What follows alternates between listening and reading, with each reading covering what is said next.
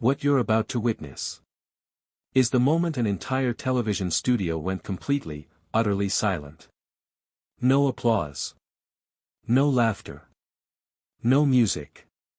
Just one man. One microphone.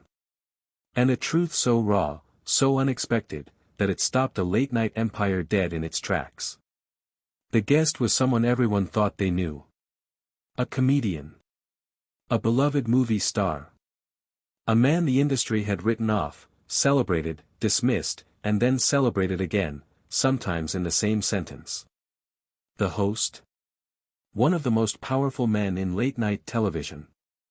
A man with a golden smile, a house band, and 17 years of perfecting the art of making everyone feel comfortable. But on this night, comfort was not on the table. This is the story of the night Adam Sandler walked onto The Tonight Show, and walked out having changed the rules of the game forever. Stay with me. Because this one is different. Let's talk about Adam Sandler for a moment. Really talk about him. Because if you only know him from the surface, from the silly voices, from Happy Gilmore, from the guy in the oversized hoodie who somehow keeps showing up to red carpet events in basketball shorts, then you don't actually know Adam Sandler. You know the mask. The real Adam Sandler is something far more complicated. Far more interesting. And on this particular night, far more dangerous than anyone in that studio was prepared for. Born in Brooklyn. Raised in New Hampshire. A kid who was told early and often that he was too loud, too weird, too much. He clawed his way onto Saturday Night Live at 23 years old, became one of its most beloved cast members, and then, in one of the most baffling decisions in Hollywood history, was let go. Fired. Shown the door. And what did he do? He built a billion-dollar empire in response. Billy Madison. Happy Gilmore. The Waterboy. Big Daddy. Movie after movie that the critics absolutely destroyed, and audiences absolutely devoured. For 2 decades, the critics used Adam Sandler as a punching bag. A symbol of everything lowbrow and lazy about mainstream Hollywood comedy. They wrote think pieces about him. They gave him Razzie nominations. They talked about him the way people talk about a guilty pleasure they're slightly ashamed of. And then something happened. Uncut Gems. If you haven't seen Uncut Gems, stop this video right now, go watch it, and then come back. Because the Adam Sandler in that film is not the Adam Sandler the world thought it understood. He is electric. He is terrifying. He is a man completely on fire from the inside out, delivering one of the most viscerally intense performances the 21st century has produced. Critics who had spent 15 years dismissing him were suddenly tripping over themselves to write apologies.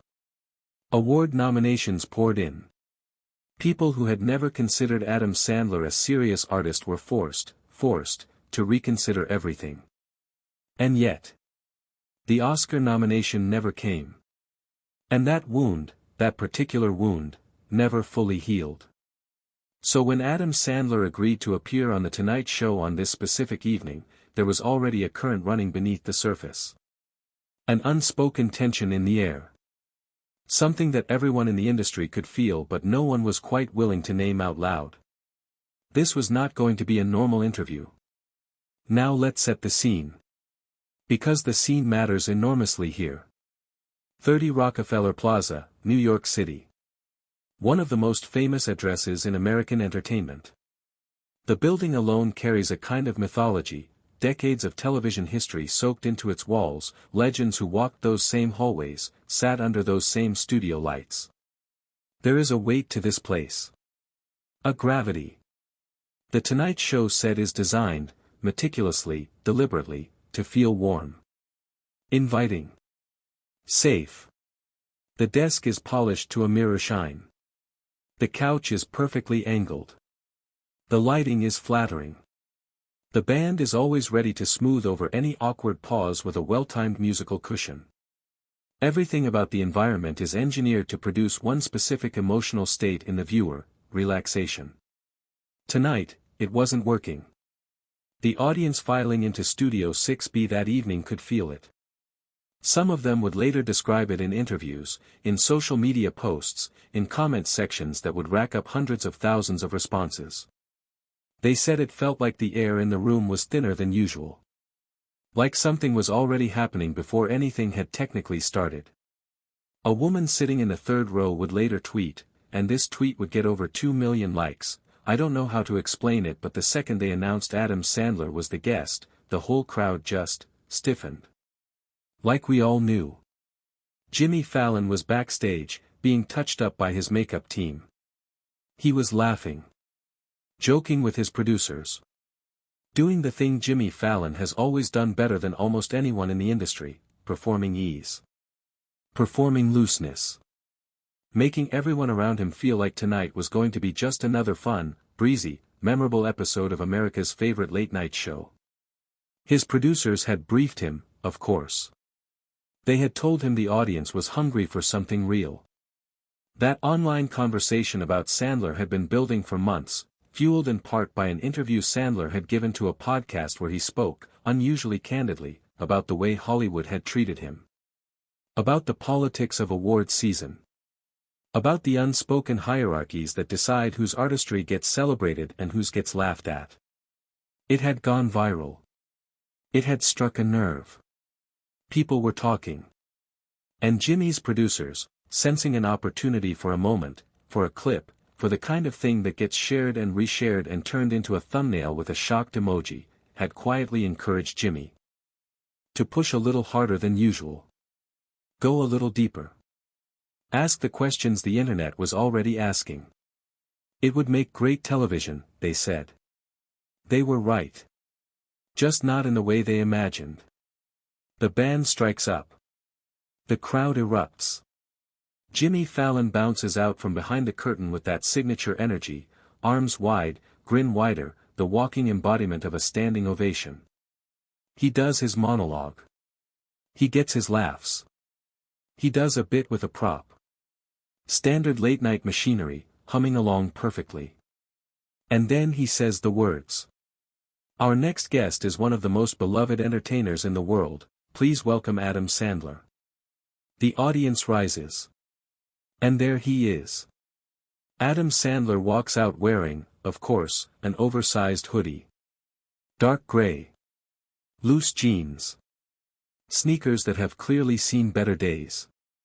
He raises a hand at the crowd, gives that familiar half-grin, the one that looks simultaneously like he's grateful to be there and like he can't quite believe any of this is his life, and drops into the couch with the comfortable heaviness of a man who has been doing this for 30 years and has made a kind of peace with the performance of it.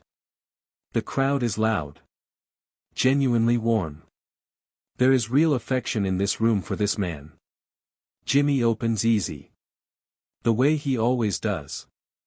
Adam, man, it is so good to have you here. You look great. Very stylish as always. The crowd laughs. Sandler looks down at his hoodie, shrugs. I dressed up, he says. More laughter. Easy. Light. The machinery is running. And for the first 10 minutes, it stays that way. They talk about his kids. They talk about his love of basketball. They talk about his Netflix movies, the ones that critics shred and audiences stream by the hundreds of millions. Sandler is funny, self-deprecating, warm. Jimmy is performing delight with his characteristic precision. But then. Something shifts. Jimmy leans forward. Just slightly. His posture changes in a way the cameras catch perfectly. He picks up a card from his desk, a physical card, which he almost never uses, and he looks at it for just a half second too long. The crowd notices. Not consciously. But the laughter softens just a fraction. So Adam, Jimmy begins, and there is a new texture in his voice. Something slightly more constructed. There's been a lot of conversation recently, and I know you've talked about this, about uncut gems, about the Oscars, about whether you feel like the industry has been fair to you. And I want to ask you about that, because I think a lot of people want to hear you talk about it directly. Adam Sandler's jaw shifts. Almost imperceptibly. His eyes, previously light and easy, become a fraction more focused. Sure, he says simply. Because, Jimmy continues, and here is where he leans in a little further, where the teeth of the conversation begin to show. Some people would say, and I'm not saying this, I'm saying some people would say, that maybe the Oscars thing, the awards thing, maybe it stings more than you let on. That the whole "I don't care" persona is, maybe a little bit of a defense mechanism. You know. A fraction of a pause. The audience makes a sound. Not quite a gasp. Not quite a laugh. Something in between. The sound an audience makes when they realize the ground just moved slightly under everyone's feet. Adam Sandler looks at Jimmy Fallon. He does not look angry. He does not look rattled. He looks, if anything, quietly, carefully awake. That's an interesting way to put it, he says. I'm just asking, Jimmy says, with a laugh that is very slightly too quick. No, I know, Sandler says. I know you are. And here is where it begins. Really begins. Because what happens next is not an explosion. It's not a tantrum. It's not the kind of confrontation that comes with raised voices and pointed fingers. It is something far more unsettling than that. It is a man deciding, quietly and completely, to stop performing. You know what's funny, Jimmy, Sandler says, and his voice is entirely level, entirely calm, is that question, that specific question. I've been asked some version of that question for 25 years. And for 25 years, the way I was supposed to answer it was to laugh and say, nah, I don't care about any of that stuff, man, I just want to make people happy. And everyone would laugh and we'd move on and it was fine. It was good television. He pauses. But I'm 57 years old. And I'm a little tired of giving the answer people want to hear just because it makes everyone in the room more comfortable. The audience is completely still. Jimmy Fallon's smile holds. But it holds the way something holds when the structural integrity has already been quietly compromised. So what's the real answer? Jimmy asks. The real answer, Sandler says slowly, is that what happened with Uncut Gems was one of the most clarifying experiences of my career. Not because of what I got. But because of what I didn't get.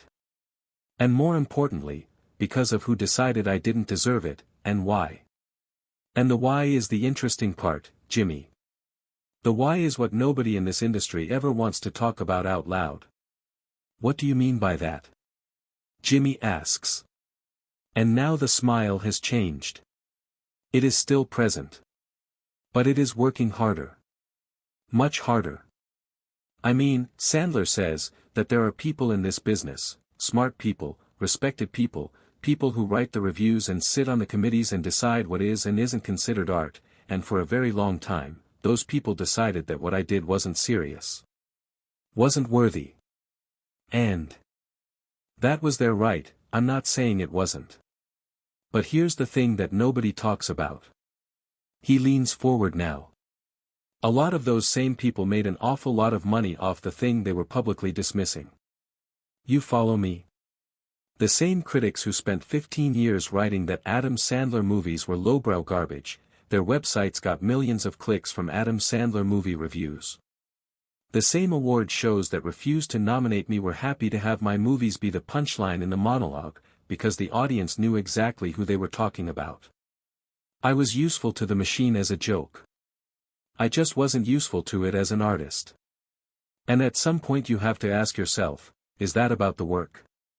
Or is that about something else entirely? The studio is almost perfectly quiet. Jimmy Fallon opens his mouth. Closes it.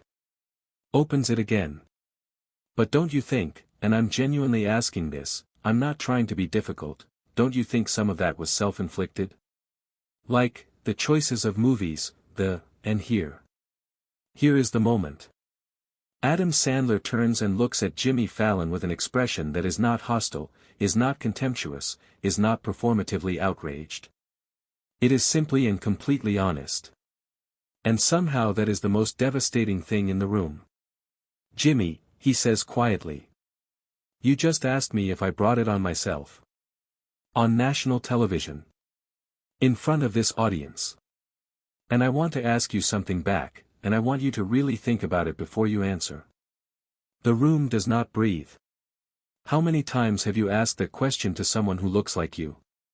How many times have you sat at that desk and asked a guest, someone the industry loves, someone who gets the nominations and the magazine covers and the critical respect, how many times have you leaned forward and said maybe you brought it on yourself? Jimmy Fallon says nothing. I'm not attacking you, Sandler says. I want to be really clear about that. I like you, Jimmy. I've always liked you. But you asked me a real question tonight, and I'm going to give you a real answer. And the real answer is, the people the industry decides to take seriously and the people it decides to use as a punchline, that's not always about the quality of the work. Sometimes it's about who the work is for. My movies were for everybody. Not just the people who write about movies. Not just the people who give out the awards. Everybody. And sometimes, in this industry, making something for everybody is the least sophisticated thing you can possibly do. Even if it's the hardest. He stops. He leans back. And he says, almost gently, almost to himself as much as to the room, I just spent 30 years making people laugh when they needed it. I'm not apologizing for that. The silence that follows is extraordinary. And then, slowly, from somewhere in the back of the studio, a single person begins to clap. Then 2. Then 10. Then the entire audience is on its feet, and the sound that fills Studio 6B is not the polished, cute applause of a late-night television studio. It is something real. Something almost involuntary. The sound of 300 people feeling something they didn't expect to feel when they came here tonight. Jimmy Fallon is smiling. But his eyes are doing something complicated behind the smile. He raises his hands and claps along with the audience, because that is the only move available to him in this moment, and he knows it, and the camera catches him knowing it. For just a fraction of a second, one of those moments that gets frame-grabbed and circulated and analyzed on the internet for weeks afterward, Jimmy Fallon looks like a man who walked into a room thinking he knew exactly what was in it, and found out he was wrong. He recovers. Professionally. Skillfully. He says something warm and generous about Adam Sandler's legacy. He steers toward the commercial break with practiced ease. The band plays. The show goes on. But the conversation is over. The real one, anyway. And everyone in that room, everyone watching at home, everyone who would see the clip the next morning, everyone understands that something just happened that cannot be undone. Within 4 hours of the episode airing, the clip is everywhere.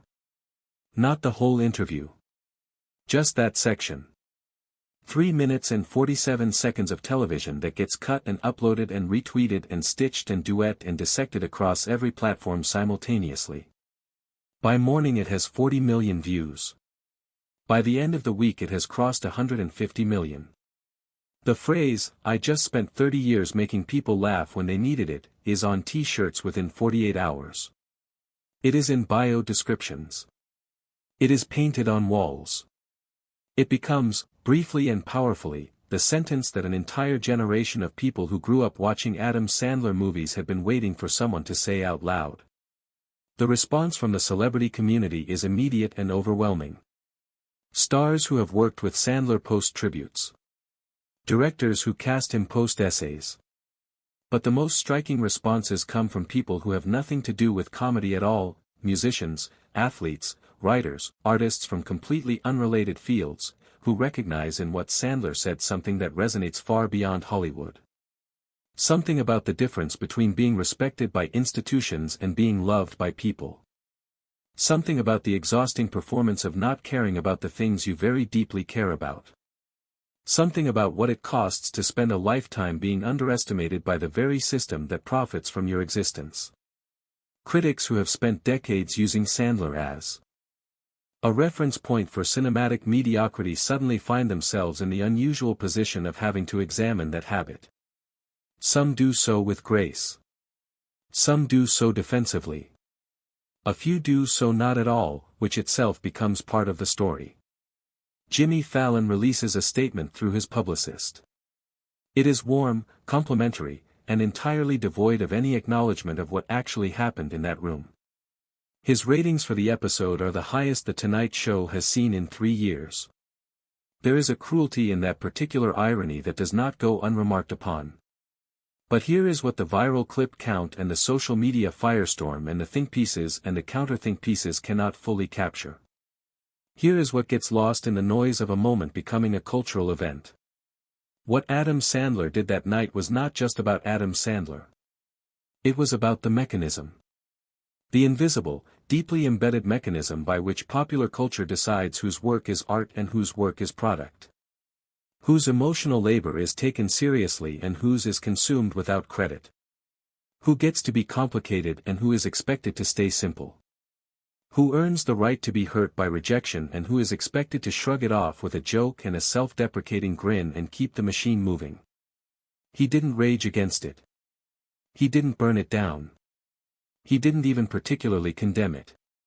He just, for 3 minutes and 47 seconds, under the flattering lights of the most comfortable set in late-night television, refused to pretend it wasn't there. And that, it turns out, was enough. More than enough. Because the most powerful thing a person can do, in a room that is specifically designed to make everyone perform a version of themselves that is safe and palatable and unthreatening, the most powerful thing a person can do in that room is simply, quietly, completely decide to be real. Adam Sandler has spent 30 years making people laugh. He has made them laugh in movie theaters and living rooms and hospital waiting areas and on airplanes and in the middle of bad weeks and terrible months and years they were certain they would not survive. He did it without the validation of the institutions that were supposed to confer that meaning. He did it without the trophies. Without the critical consensus. Without the formal recognition that the culture reserves for the people it has decided to take seriously.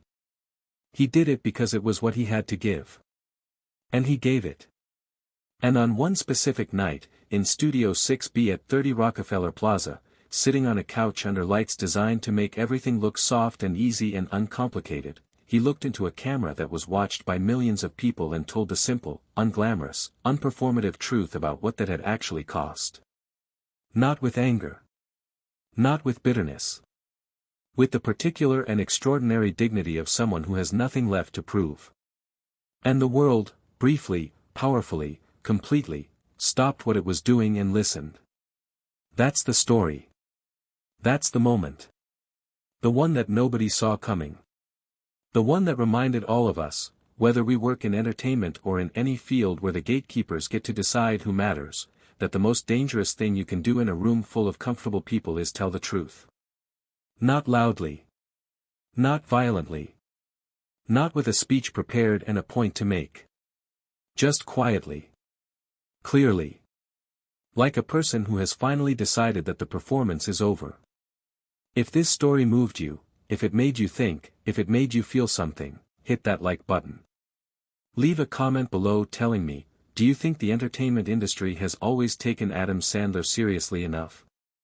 I want to read every single one of your responses. Subscribe if you haven't already, because we go this deep every single week.